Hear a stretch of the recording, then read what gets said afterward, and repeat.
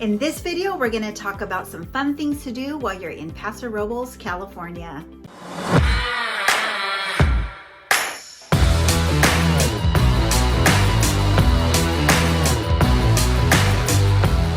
Okay, so let's dive right into what are some fun things to do in Paso Robles, California. One of the coolest places here in our county. It is 30 minutes north of San Luis Obispo. It is a much rural area. And you can't talk about Paso Robles without talking about the California MidState Fair. It is something that comes in hard and fast in our area. At the end of July for 12 days. We've got concerts, we've got events, shows going on, all kinds of things in the event center. It is a community event that brings about 10x of the population every year to the Paso Robles area. So of course it's something that we as locals love. We have huge headliners that come in our little town that we can take advantage of for a fairly reasonable price. The concert arena is a pretty good setup, so you don't have horrible seats unless you're behind the stage, which is pretty typical. But at the end of the day, the California MidState Fair is just a huge event. Like I said, it comes in really fast to our area. You got to get your tickets. I mean, I've gone 3 nights in a row before to just be sure you don't miss anything. It's an easy commute to get to it from wherever you're in San Luis Obispo County, and people come from all over California, because we're right in the middle of Central Coast. You can be up north of us, San Francisco, that's 3 hours, 5 hours. Then you've got LA, same thing. Or you're coming from San Diego, that's gonna be the 5-hour drive. So it's not too bad, and it's a pretty cool place to come. Usually it's pretty warm at that time of year. Like, we're not used to it, so it's a little bit hot for us, but you can take advantage of the California MidState Fair. They have shopping, the trucks, the big monster truck things, and just all kinds. It's just a whole thing, and it's a big to-do. And Paso Robles, that puts it on the map because of the California MidState Fair. All right, so as we're talking about Paso Robles, we cannot miss the Vina Robles Amphitheater. So this is a smaller scale location, but a little bit upper scale, if that makes sense. So you can actually pick your seating there with some VIP seating, where you can get your some beverages brought to you and some foods there.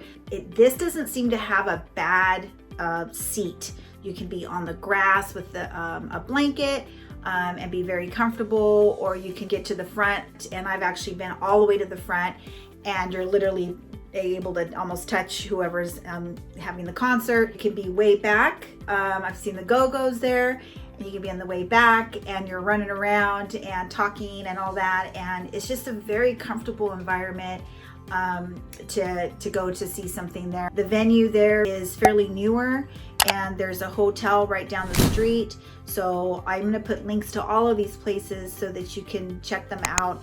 And they have some old school, like that Alice Cooper there. They have some older, bands that will come and play there, and those are going on the yearly. So that's something that you can take advantage as you're coming into town and maybe see what they've got going on. And again, there's just a hotel right down the street.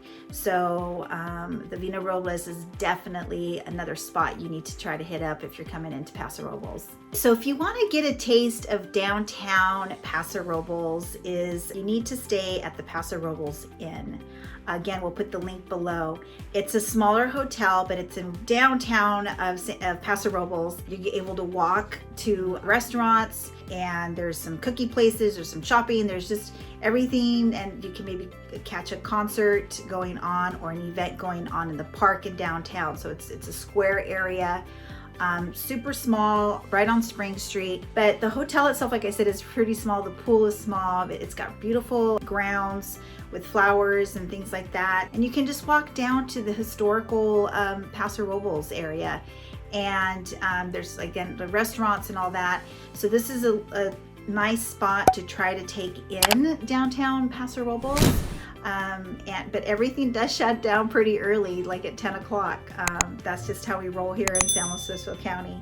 But this is a hotel. Again, it's quaint, it's small. It gives you a good feel of Paso Robles. So I highly recommend that as you're exploring Paso Robles. All right, so the number one thing you got to do when you're here in Paso Robles, which is what puts Paso Robles on the map here in California, is you got to go wine tasting. I mean, there's over 200 tasting rooms, over 40,000 acres of a variety of wine, grapes that you need to take advantage of. There's all kinds of maps that you can pick up and decipher depending on what particular wine you like, what kind of grape. You can plan it out and get some really great wine tasting in while you're here. So that is a absolute must. There are some wine tours that you can take, buses that you can rent out. Uber will take you and pick you up. That's pretty known and done often, if you're coming in for a romantic getaway, or if you've got a big group of people and need to get someone to really plan something out for you. That's totally available at your fingertips. The local chamber is a good place. I'll put a link for that. Just depending on what your needs are for your visit. If you're a wine person and you want to plan it out for a few days, highly recommend that you take advantage of the wines that are here on the Central Coast and in Paso Robles. So that is a definite must do. All right, friends, so the only way that we can help you find that sweet spot for you here in San Luis Obispo County and its surrounding areas is you've got to reach out. You got to give us a call, text, email, whatever you need to do to get a hold of us. Please do so, because we have your back when you're moving to the Central Coast, California. And until the next video, we'll catch you later.